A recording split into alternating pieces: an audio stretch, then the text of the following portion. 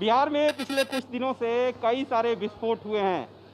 बांका के मदरसे में विस्फोट हुआ था, उसके बाद अररिया में एक विस्फोट हुआ था और उसके बाद फिर दरभंगा रेलवे स्टेशन पर कल एक विस्फोट हुआ है कपड़े के बंडल में, जिसे बुक कराकर सिकंदराबाद दरभंगा स्पेशल एक्सप्रेस से दरभंगा भेजा गया था।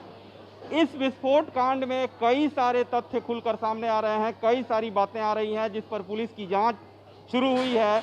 जो पुलिस सूत्रों के अनुसार हमें जो जानकारी मिली है उसके अनुसार ये जो बुक कराया गया था सुफियान नाम के व्यक्ति के लिए दरभंगा में, उस सुफियान नामक व्यक्ति का कोई अता पता नहीं है।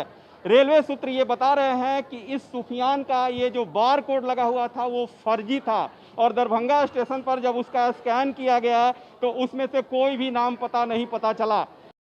इसके अलावा सबसे बड़ी लापरवाही सामने आ रही है कि सिकंदराबाद रेलवे स्टेशन पर जिस सामान की बुकिंग हुई थी, क्या वहां के बुकिंग करने वाले अधिकारियों ने इस सामान की जांच की थी?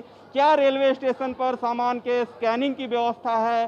तो रेलवे के सूत्रों के अनुसार ऐसी कोई व्यवस्था अभी रेलवे में नहीं है और सिकंदराबाद रेलवे स्टेशन पर निश्चित तौर पर इसकी जांच नहीं की गई होगी, जिसकी वजह से एक केमिकल की शीशी उस कपड़े के बंडल में पाई गई।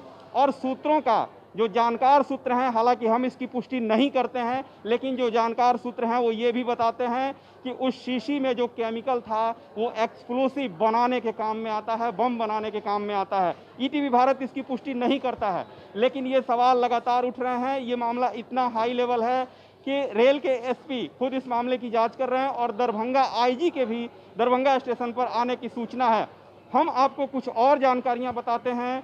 ये जो कपड़ा खरीदा गया था वो हैदराबाद के बंजारा इलाके से खरीदा गया था। रेलवे के सूत्रों ने हमें ये जानकारी दी है और दरभंगा की जीआरपी की पुलिस हैदराबाद गई है और इस कपड़े की दुकान पर भी जीआरपी सिकंदराबाद की टीम मिलकर जांच करेगी। इस मामले की जांच में आरपीएफ भी सहयोग कर रहा है, इसके अलावा सिविल पुलिस भी सहयोग कर रही है। दरभंगा पुलिस भी इस मामले की जांच में सक्रिय हो गई है। ये जो बड़ा मामला है इसको देखते हुए पुलिस की सारी टीमें, एक तरह से कहें तो बिहार से लेकर तेलंगाना तक इसकी गूंज सुनाई पड़ रही है और इसकी जांच शुरू हो गई है। फिलहाल एक मुजफ्फरपुर की एफएसएल की टीम भी दरभंगा स्टेशन पर पहुंची है और जो यहां पे विस्फोट हुआ था, जिस कपड़े में जो शीशी पाई गई थी, उसकी भी जांच की जा रही है। देखिए, कल ट्रेन आई थी सिकंदराबाद से दरभंगा 1:18 पर। वहीं पार्सल जो वहाँ से सप्लाई हुआ था, वो पार्सल जब अनलोड हो रहा था तो एक जूट भरे बैग में काफ़ी कपड़े भरे हैं। उन कपड़ों को जब उतारा जा रहा था वो जमीन पर जो चढ़ा था, अंदर से एक ब्लास्ट हुआ और आग लग गया। उसमें कपड़ों में आग मोबाइल किसका या मोबाइल नीचे का? और उसके बाद जब सब लोगों ने मोबाइल नीचे का किसका है? कपड़े जले हुए थे थोड़ा हल्का और एक शीशे में कुछ ऐसा लिक्विड था जिससे लगा कि आग लगा हुआ। जो विस्फोट हुआ बहुत ज़्यादा नहीं था, क्योंकि फिर वो जो बंडल है बिल्कुल वैसे ही है, केवल उसके कपड़ों में आग लगी हुई। तो ये देखने वाली बात होगी कि फिर वो जो विस्फोट हुआ किस कारण हुआ। तो एक्सप्लोसिव कोई केमिकल ऐसा था जो पटकने से आग पकड़ गया या कोई एक्सप्लोसिव इसमें यूज़ किया गया था। इसके लिए एफएसएल को खबर किया गया था। कल एफएसएल ने भी गाइड किया था और आज एफएसएल की टीम आई हुई है, वो कलेक्ट करके ले गई है। शीशी भी जो है यहाँ से भेजा जा रहा है, वो देखेगी कि क्या चीज़ है जिसके कारण ये ब्लास्ट हुआ। लो इंटेंसिटी ही ब्लास्ट था, लेकिन ये जानकारी जरूरी है कि क्यों हुआ। शीशी है पाई गई है, शीशी भी टूटी नहीं है, उसी में आग लगा है। उसमें क्या केमिकल था जिस कारण ये ब्लास्ट हुआ, ये देखा जाएगा। इसके अलावा जहाँ से भेजा गया है वहाँ पर जांच की जा रही है। यहाँ एसएचओ निकल चुके हैं, वहाँ जाके पता चलिए किसने भेजा था, किसके लिए भेजा था। वहाँ से पूछताछ होगी तो फिर और हमें जानकारी मिलेगी। तो प्रिलिमिनरी लेवल में जानकारी इतनी है, जब जाँच हो जाएगी उसकी और हैदराबाद से पता चलेगा तो फिर हम आगे कुछ और इसमें बता पाएंगे। पूर्व में भी आतंकी मॉड्यूल रहा है, मैं जानता हूँ आपको था, पूर्व में रहा है दरभंगा में, इसलिए ये ब्लास्ट बहुत छोटा सा है। कपड़े में आग लगी, छोटी सी शीशी है, वो नॉर्मल भी केमिकल हो सकती है, कुछ और सकती है, लेकिन पूर्व में रहा है। और ऐसे भी ब्लास्ट हो जाना ऐसा जहाँ दरभंगा में पहले भी 2 केसेज में, इसलिए हम लोगों ने इसे बहुत सीरियसली लिया हुआ है। यहाँ पर एफएसएल की टीम आई गई है, एटीएस की भी टीम आई होगी। यहाँ पर एसपी रेलवेज आए हुए थे, एसआरपी थे, मैं स्वयं यहाँ पर आया हूँ।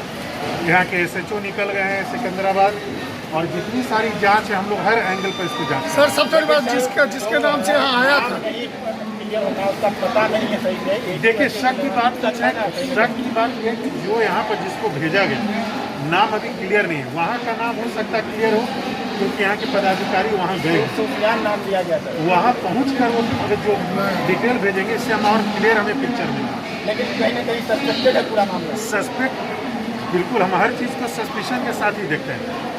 बार कोड जो लगा हुआ था सर, उसको स्कैन करने के बाद कोई जानकारी नहीं मिली है। अभी कार्रवाई चल रही है, अभी सर- तक प्रिलिमिनरी है, देखता हूँ उसमें क्या आता है। जो मोबाइल नंबर अंकित है उस पर जब फोन किया जाता है तो वो बताता है कि मेरा ये नंबर नहीं मैं है। जानता हूँ, नहीं बता रहा है कि मेरा इससे कुछ लेना देना नहीं। इसी बिंदु पर जांच की जा रही है। क्या लग रहा है सर? आई है कंफर्म करेंगे। एटीएस की टीम से, एटीएस के जो पदाधिकारी उनसे बात हुई, वो कह रहे थे कि आज टीम वहाँ पहुँच रही है।